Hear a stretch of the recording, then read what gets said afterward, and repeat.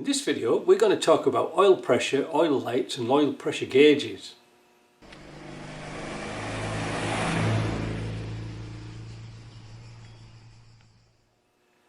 Now, at least once or twice a month I get emails and messages about my oil light is come on and what should I do? Do I need to regrind my crank and blah blah blah blah blah. Well, not necessarily so.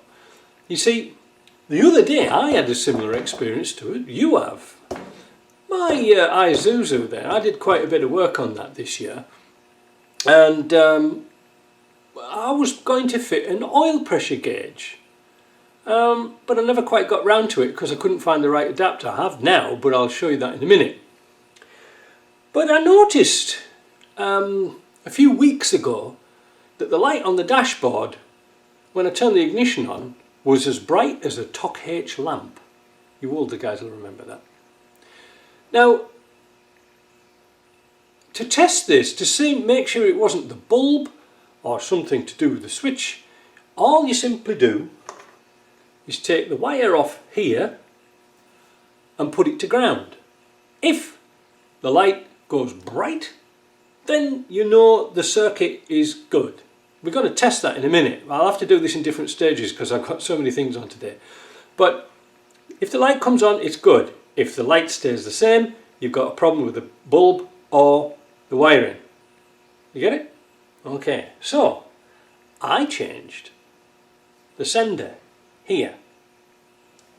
Now, if you see down in my little box of tricks here, here's my switches box. I take everything out of boxes and just put them in here because otherwise I wouldn't be able to get anything in. Now, I don't know where these came from. They could be intermotor ones, but I noticed here I've got two different styles. Now, I've had all sorts of problems with switches in the past, but going back to my particular problem, I put one of them on in place of the original switch, and hey presto, the light went out as soon as I turned the engine. So I turned the ignition on, light was bright, cranked the engine, started up, and this put the light out until the engine got hot. This set me off on a very strange path, because when it was cold the engine light performed as normal, but because I've been hauling a lot of wood and going up some big long drawn hills in my pickup there, when I got to the top of the hill to a roundabout, the oil light was flickering on. Now this was a new switch, and then when I got home, because my engine wasn't hot, it was just a normal operating temperature, but when I got home that light was on all the time. What could it be? So I changed it for one of these and it's been fine. So what I'm trying to say to you is, don't always jump to conclusions that the oil pressure light comes on, it's fatal. It isn't really. It might not be. It might be, but it might not be. In my case it wasn't. Simply by changing the switch to one of these, it went out. And it stayed out and it's been good. So today I'm going to do a bit of a ramble. I might just split this into different parts because I've got to go out shortly to see JP, but I've had problems with 300 TDI switches. I think this is a TDI switch. This is supposed to be an OEM, but there's no marks on it at all, so I don't know what. Oh, wait a minute, yes, there is a mark on it. 2015, I just noticed this. BHPRC 6387. I think that's what it says. Is that marked on this one too? No, there's nothing on that one. But I think these must be the OEM ones, because why would they go to the trouble of stamping the part number underneath? Some of these switches were horrible. They would leak oil. And where do they leak oil out of? Well, see, this is I've cleaned up housing here so you can see this is a 300 TDI housing. Let's take that screw off there. So, you know, you've got a washer that goes onto there, and you automatically think that it's the washer leaking, dripping down here. Now these particular housings, oil filter housings, are a notorious problem of the O-ring leaking in here, and they'll drip down on top of the oil filter, and you're trying to tighten up the oil filter, but it isn't that. It's the O-ring that's got compressed and dried out. Now, be warned, it is a special O-ring. I'll put the part number here. It is not one you can get a generic part and put it in, because if you put an O-ring in there thinking, oh, this is going to cap it, it's the right dimensions, but it's a bit thicker, it can crack the housing that holds the thermostat in. How do I know that? One I did years ago, I just went and put a regular O-ring in and tightened it down and snapped off the housing. I'm sure we've all done it. I didn't know. Anyway, so it could be leaking out of here, or the gasket here, which is just a sort of half-assed little thing, little aluminium gasket, which seems a waste of time because it's onto aluminium anyway. Or it could be a little copper compression washer like that. But I've had them leak out of here where the electrical contact is. That's not good, is it? So what I'm trying to say is, if you've got a problem with oil leaking, or you've got an oil pressure light, change the switch. They're only cheap. Try and get an OEM one if you can. I think Land Rover ones are absolutely extraordinary. I'll write it down below if I can see if they still do them. But they're not very good.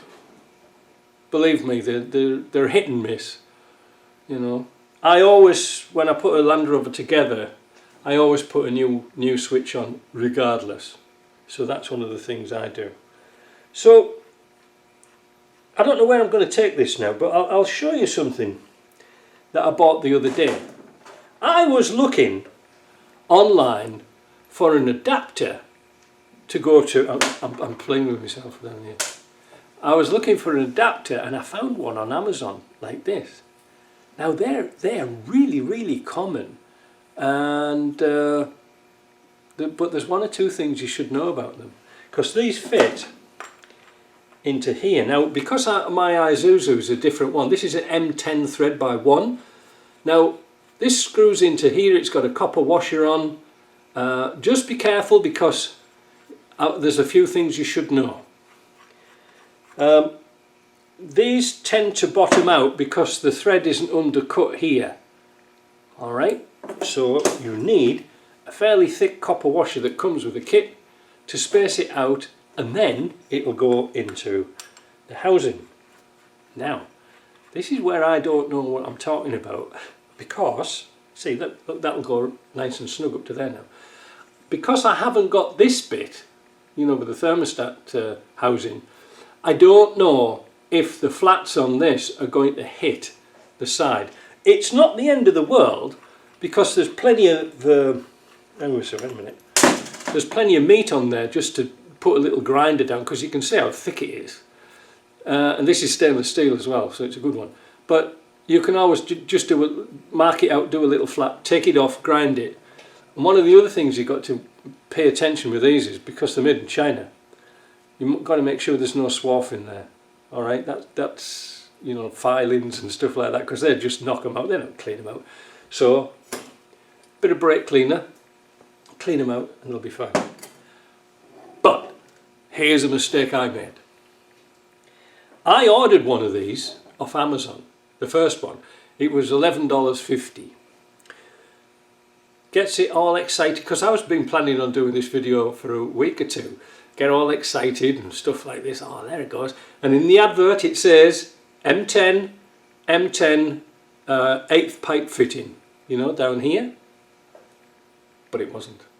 It was all 8th taper thread. It's advertised as M10, but it isn't. So if you're wanting one of these things for your TDI, because 200 TDIs, 300 TDIs are the same fitting, read the description. Don't just read the description. Read the comments, because a lot of people are saying, "Hey, this isn't M10, because a lot of guys put these in Volkswagens and things like that because it's the same type of switch. So I sent it back and I got this one again from Amazon. I read the comments, and I'll put the link to the comment, not to the comment, but I read the comments and I put a link below where I got this one. Now this one was like $22, but it's in stainless steel. So, and it is M10 here, M10 here, pipe thread on there, 8/1/8 pipe thread. Don't be confused, and don't start winding these in and thinking, oh, it's going to fit. It doesn't. Pipe thread and M10-1 is very, very similar, but it's not the same. It is not the same. I've got a fitting here that's a taper thread, and you can see, look, it starts to go and it goes about 2 or 3 threads, but it's not right. This one, on the other hand, if we put it into here, it goes in a little bit further, but it isn't tightened down yet. So a little tiny bit of thread tape, or what I usually do is put a bit of a thread lock on there, because you don't want little bits and pieces of thread tape going in your oil system, and then it's going to be fine.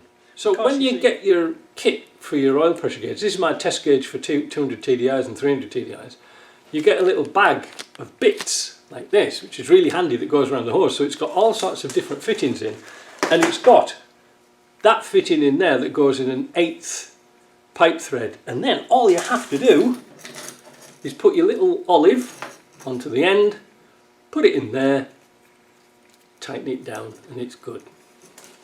Now I lost my original one, so I just bought another pipe. When I got my oil pressure gauge, I got a pipe, I got it all installed in my Isuzu, and then I lost the bloody packet of fittings. So I bought another hose with another packet of fittings. I have stuff everywhere. Now, what else was I going to say to you? I think that might be it for now. We'll do another video a little bit later about oil pressure and things like this, because it's really important. But what I was going to say to you is that a lot of people fit these worry gauges and things like this, and the oil pressure on a Land Rover isn't fantastic. It really isn't fantastic at all. And it seems to be that the switches here used to, in the old days, come on at around about 4 psi. Now from memory, I've got it upstairs on my desk what the settings are, but I think they're between 6 and 9 psi, these ones here. So that means the oil light comes on before there's any damage, which is a really good thing, because you don't want it getting like to 3 or 4 psi and then the lights come on, because then it's sort of good night view and it's a waste of damn time after that. So let's call it that for then, and then what we're going to do is going to do a setup of how this system works with using real pressure, with a real pressure gauge and a light to show you the circuit. See you later.